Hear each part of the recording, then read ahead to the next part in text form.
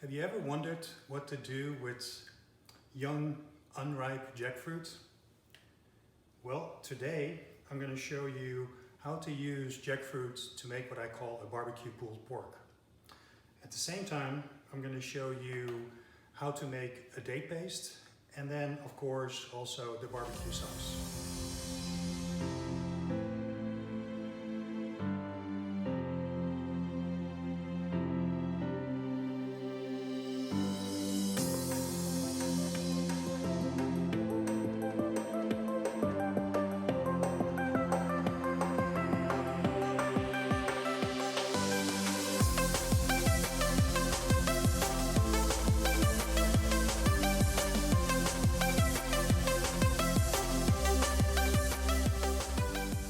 Let's start with the date paste, and this is not on your recipe, but it's very easy to make. And if you've been to my cooking classes, I always bring it pre-made, and in this case I'm actually going to show you how to make it. And if you're familiar with my cooking, everything is whole food, plant-based and SOS free. It's low, very low in sodium, no oils, and then also no processed sugars. That doesn't mean that I'm not using any sugars at all. Date paste is definitely my favorite one, but sometimes, depending on what consistency I'm looking for, I also use maple syrup. But let's get started on making the date paste. So what you need is I always go for a whole container. You can pick these up at Nature's Food Patch just before the produce aisle. They're already pre-packaged. And just for your information, if you're not comfortable going to the grocery store at this point in time, you can actually go to the Nature's Food Patch website, and at the top there is grocery delivery, a big red button. If you click that, you can select delivery at home, or you can actually do curbside pickup. And all the ingredients I'm using today I picked up earlier this week. So if you're not comfortable going to the store, there's another option to get all the ingredients if you like to make this recipe. So what you need to do, by the way, before you start soaking the dates, because that's the only thing that you're going to have to do, soaking it and putting it in the blender, make sure you cut all of them, just to make sure there are no pits in them. These are pitted, but there's always one, and I've learned it the hard way. When I throw everything in there after I've been soaking them, I start blending it, and as soon as the blender starts running, I can hear there is still a pit in it, and at that point it's going to be really difficult to get that out because it's probably already broken up in several small little pieces. So just cut them up before you put them in the water. And then the next thing you have to do is just soak them for about 2 hours.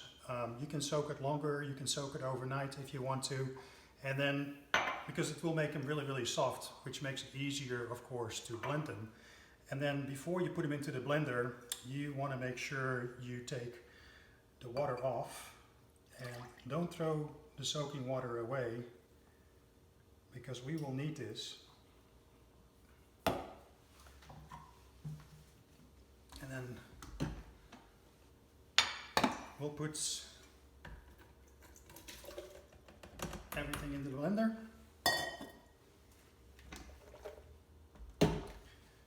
And just add a little bit of the soaking water.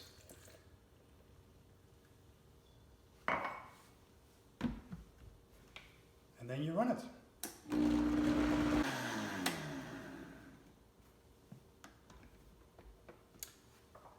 And you want to eventually get the vortex going, so just add a little bit as you go up until you get to that point. You don't want to get too much liquid in there.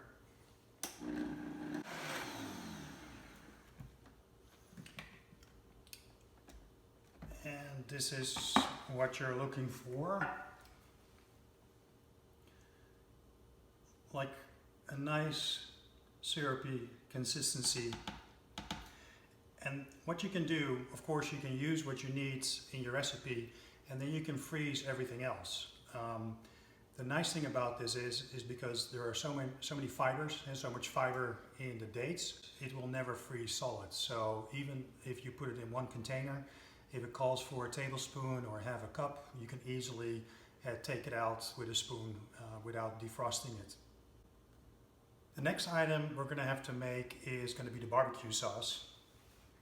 And for the barbecue sauce, we're going to use an ingredient that I've made in a previous video, the pizza video, where I made a tomato sauce. So you're going to start with the tomato sauce, and we're going to make that into a barbecue sauce. And the nice thing is like every time when I make a sauce, if it's tomato sauce or cheese sauce or even the date paste, what you just saw, I make more than I need, because that actually is going to save you time in the kitchen moving forward. With the tomato sauce, it's really easy to freeze. So if I make a batch, I freeze it in containers where it fits about 2 cups. And then when I need it for another pizza, or in this case, when I need it for the barbecue sauce, I just defrost 1 or 2 of those containers and use it as my base. To make the tomato sauce into a barbecue sauce, we need a few ingredients. We're gonna, and just kind of like, when you taste a barbecue sauce, it is a little bit more acidic, more tangy. And to get that, we're gonna add the apple cider vinegar. And we're gonna add some whole grain mustard.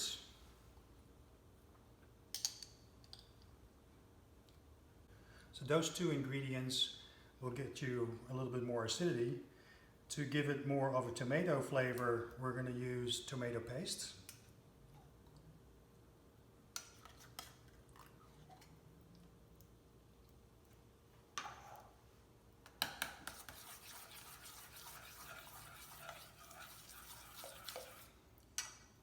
And then one ingredient, which is going to be key to get it into a barbecue sauce, is going to be liquid smoke. This is the aisle alongside the produce aisle at Nature's Food Patch. I think it's on the top shelf. In a lot of cases, liquid smoke has artificial coloring, artificial flavoring. The only ingredient is actually the liquid smoke, so it's just water and the smoke is kind of like infused into it. Don't use a lot of it because it will overwhelm the flavor. In this case, I think we're calling for half a teaspoon. And then we're going to add a few more spices, some additional pepper, and then some cumin and some chili.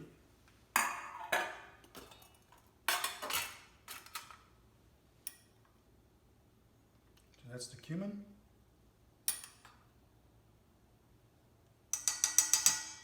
And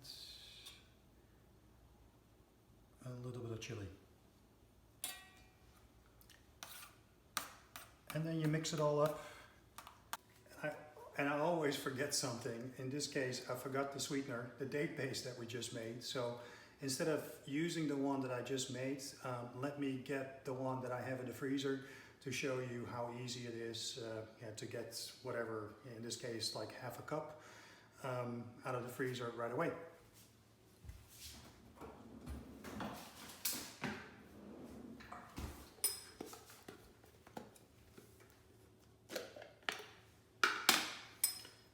And as I said, it never freezes solid, so you can easily take out what you need.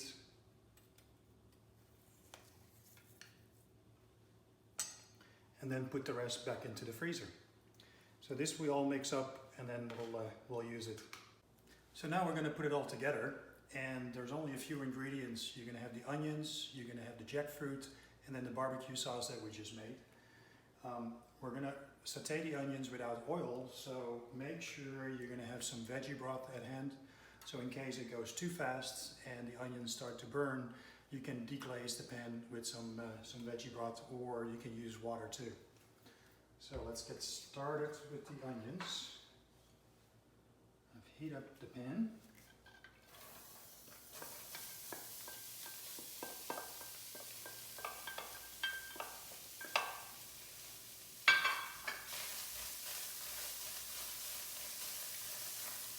You want to make sure that you move it around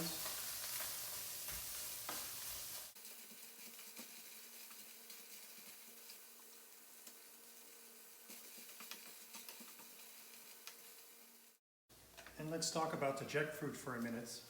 You want to make sure you have young jackfruit, which is unripe jackfruit. The ripe jackfruit is very, very sweet, and this one doesn't have any taste, so, which is great because that means it can actually pick up the flavor of the barbecue sauce. This one is in a brine, so just make sure you rinse it well and then you can use it. And then what you do after it starts cooking, you're going to use 2 forks to kind of like separate it and pull it apart.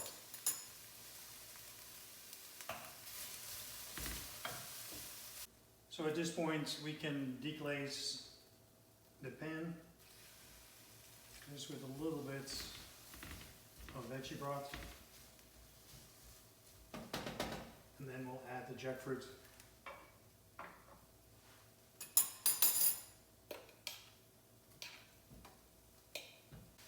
And some people, they will take the pits out like these.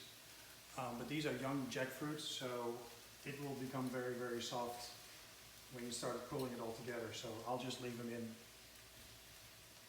And after it's been cooking for a little while, you can start to use 2 forks and pull it apart.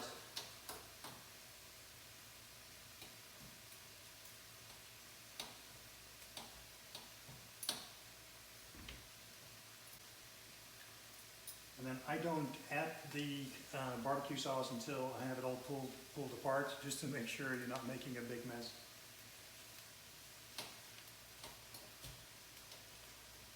And now you can add the barbecue sauce and then let it simmer for another 5 to 10 minutes.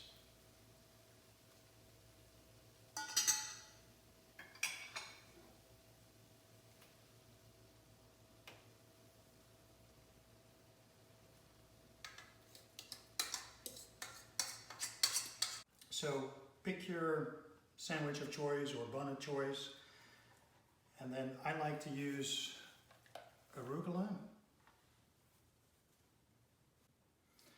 and some slices of avocado.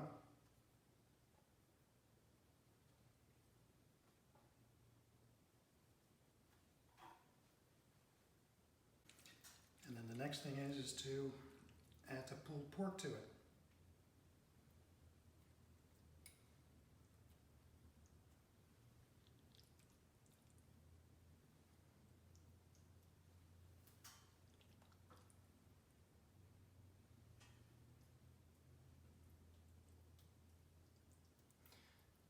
And as you can tell, it doesn't even look like jackfruit anymore. And it doesn't taste like jackfruit either. So I wish I could let you taste this, but let me just put it all together.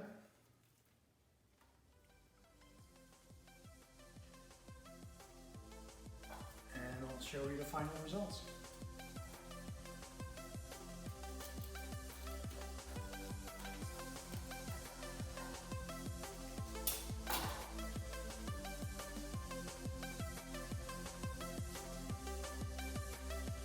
And this is what the final result looks like.